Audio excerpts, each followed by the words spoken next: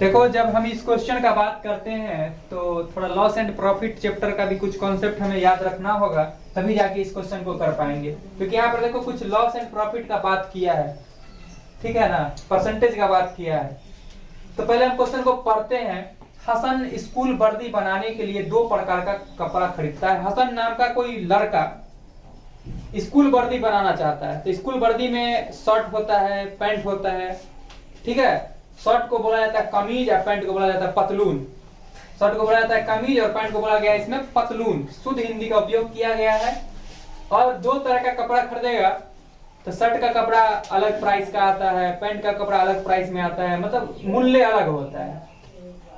Shirt का कपड़ा थोड़ा सस्ता आता है पैंट के बनिस्पत, अगर देखा जाए तो यहाँ पर दिया हुआ है सब चीज। इसमें कमीज के कपड़े का भाव है 50 रुपया प्रति मीटर। मतलब 1 मीटर अगर कपड़ा खरीदता है कमीज का तो रुपया लगता है 50, और अगर पतलून का खरीदता है तो रुपया लगता है 90। समझ आ रहा बात? वह पतलून के लिए 2 मीटर, मतलब पैंट सिलवाने के लिए कितना कपड़ा लेता है? 2 मीटर, जबकि कमीज सिलवाने के लिए लेता है 3 मीटर कपड़ा। समझ आ रहा बात?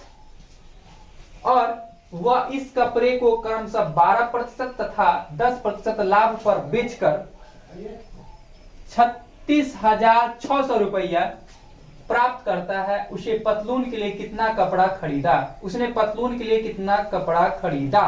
हसन नाम का कोई व्यक्ति स्कूल वर्दी बनवाने के लिए कपड़ा खरीद के लाता है मार्केट से। इस बहुत स्कूल वाले भी होते हैं जो कपड़ा रखते हैं और बच्चे को प्रोवाइड करते हैं, बेचते हैं।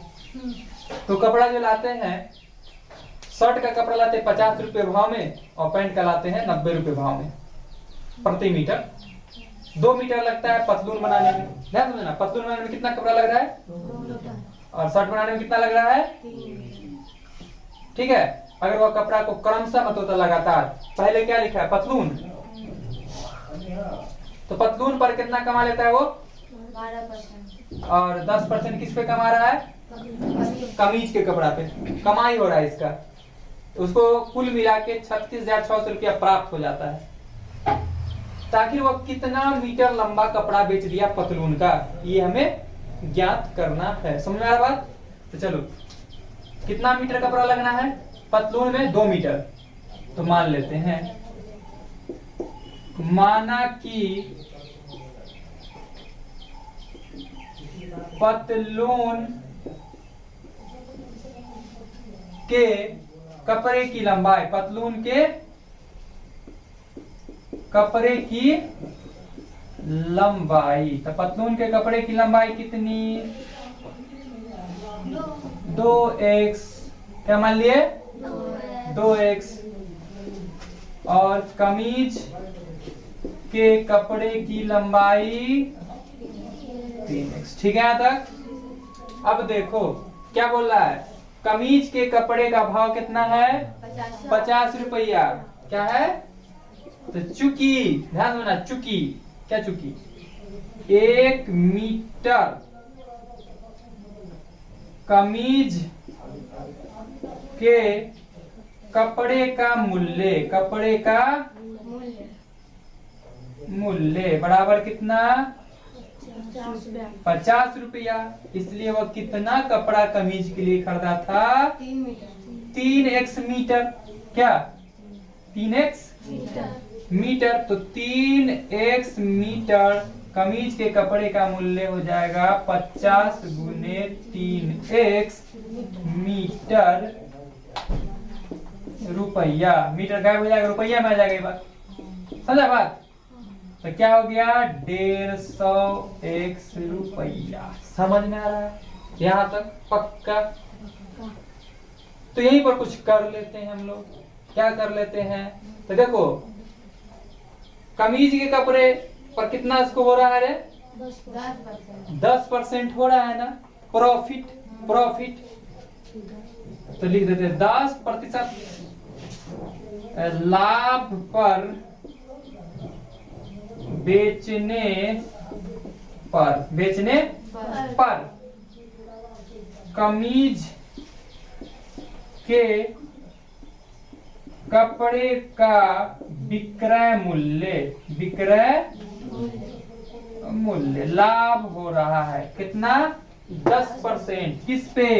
तो 150x प्लस 150x का 10%, 10/100 इतना रुपया। समझ आ रहा बात? इतना रुपया। अब देखो 0 0 कैंसिल, 0 0 कैंसिल, यानी कि 165x हो गया, 165x रुपया। ध्यान से समझो इस चीज को, वह कपड़ा लाया 150x रुपया में और 165x रुपया में बेच दिया, फायदा तो हुआ है। ठीक है, अब देखते हैं, चूंकि 1 मीटर पतलून, 1 मीटर पतलून के कपड़े का मूल्य, यानी कि क्रय मूल्य का बात कर रहे हैं। अब हम जोड़ सकते हैं क्रय मूल्य, क्या जोड़ सकते हैं? क्रय मूल्य यहाँ भी लगा देंगे हम लोग, क्रय मूल्य यहाँ लगा देंगे। ठीक, क्रय मूल्य कितना? 1 मीटर पतलून के कपड़े का क्रय मूल्य कितना? 90 रुपया। समझ आया बात? इसलिए कितना मीटर खरीदना था? 2x मीटर पे कितना रुपया लगेगा? 90 गुने 2x रुपया, 2x यानी कि 180 x रुपया। समझ में आ गया बात? इस पे कितना प्रॉफिट है उसको? 12%। कितना है? 12%। कितना है? तो लिख देंगे यहाँ पर 12%। सेम बात, बेचने पर कमीज की जगह पर अब पतलून, पतलून के कपड़े का विक्रय मूल्य तो कितना हो जाएगा? 180x प्लस 180x का 12% रुपया। समझ में आ रहा बात? समझ में आ रहा बात? तो देखो यहाँ से ये जो कैंसिल, अभी भी कट रहा है 2 से कितना? 6, 2 से 5। ठीक है यहाँ तक? अब देखो इसको गुना कर दो, क्या आ जाएगा? 18 छक 108, 108 को 5 से भाग लगा दो, 108 5 से भाग लगा दो, कितना आ जाएगा? 5 से देखो, 5 दूनी 10, क्या कैंसिल, यहाँ से उतरा 5 एकम 5, शेष क्या बचा? दोनों देखे 5 छक 30, यानी कि 180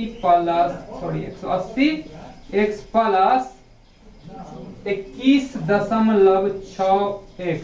समझ रहे बात ना? रुपया, यानी कि टोटल क्या आ गया? 6.9। देखो तो जोड़ दो, 6 और दशमलव है, उसके बाद 1 हो जाएगा, उसके बाद 0 हो जाएगा, उसके बाद 2 हो जाएगा, 2 होगा। हाँ, इतना x रुपया। ठीक है, यहाँ तक समझ में आ गया? पक्का? तो ध्यान से देखो इस चीज को, कुल बात करते हैं, कुल विक्रय मूल्य, कुल विक्रय मूल्य करके कितना लाभ आया था, उसको इतना रुपया बेचा, इतना रुपया बेचा, तो कुल विक्रय मूल्य बराबर कितना? इतना। कुल विक्रय मूल्य बराबर इतना, यानी कुल विक्रय मूल्य बराबर कितना? इतना प्लस इतना। सिंपल सा बात है क्या? यही ना बेचा। समझ रहे बात? आ रहा है ना नीचे तक? ठीक है, प्रश्न से क्या बोलेंगे? कुल विक्रय मूल्य बराबर 36,600 रुपया। तो ये आया कहां से? शर्ट का कपड़ा बेचा, पैंट का कपड़ा बेचा, यानी कमीज और पतलून बेचा तो आया। तो कमीज का इतना में बेचा, पतलून इतना में बेचा, दोनों को जोड़ देंगे, आ रहा है ना रे? तो क्या आ जाएगा?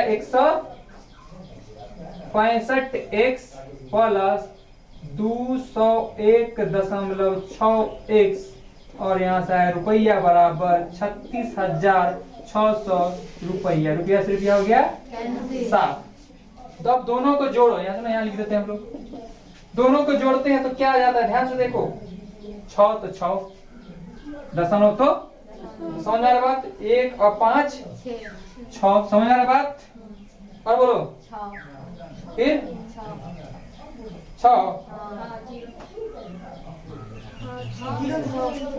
6 फिर बोलो 3, यही ना?